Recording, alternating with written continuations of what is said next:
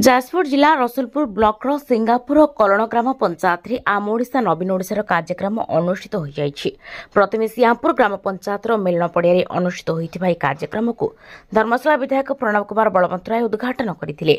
ओडिशा सरकारक विभिन्न उन्नतिमूलक कार्यक्रम संपर्क में धर्मशाला विधायक उपस्थित पंचायतवासी को जणाइथिले। रसुलपुर ब्लॉक विभिन्न पंचायत आरंभ होइथिबा कार्यक्रम कलण पंचायत उद्यापन होइतिला। उद्यापन एवं सचेतनता कार्यक्रम को धर्मशाला विधायक प्रणव बलवंतराय दीप प्रज्वलन कर आरंभ करथिले। दीर्घ 23 वर्षर लंबा शासन में स्कूल पिलांक पई वृत्तिठू आरंभ कर विजु स्वास्थ्य कार्ड योजना पर्यंत सरकारଙ୍କର समस्त योजनार सफल रूपायन संपर्क में विधायक बलवंतराय गोटी गोटी कर पखाणिथिले।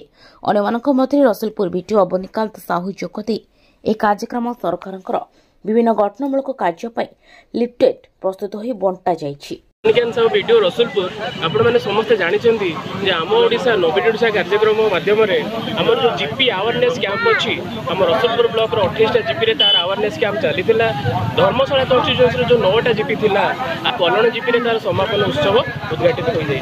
तेणु बहुत संख्यार माँ महिला लोक मैंने पुरुष नारी समस्ते मिलमिशि ये प्रोग्राम टाक सफल मंडित कर विगत दिन में ओडिशा सरकार जिते गठनमूलक और उन्नतिमूलक कार्यक्रम थिला से सब गुड़ा लोकलोचन को आने आम गोटे बुकलेट तैयारी करूँ समस्त बांटीचु। आम गोटे एलईडी स्क्रीन में गोटे बहुत बढ़िया वीडियो चलैचु 10 मिनिट्र जो कि सरकार जिते गठनमूलक काम अच्छी लोक मान पाखे पहुँची पारे।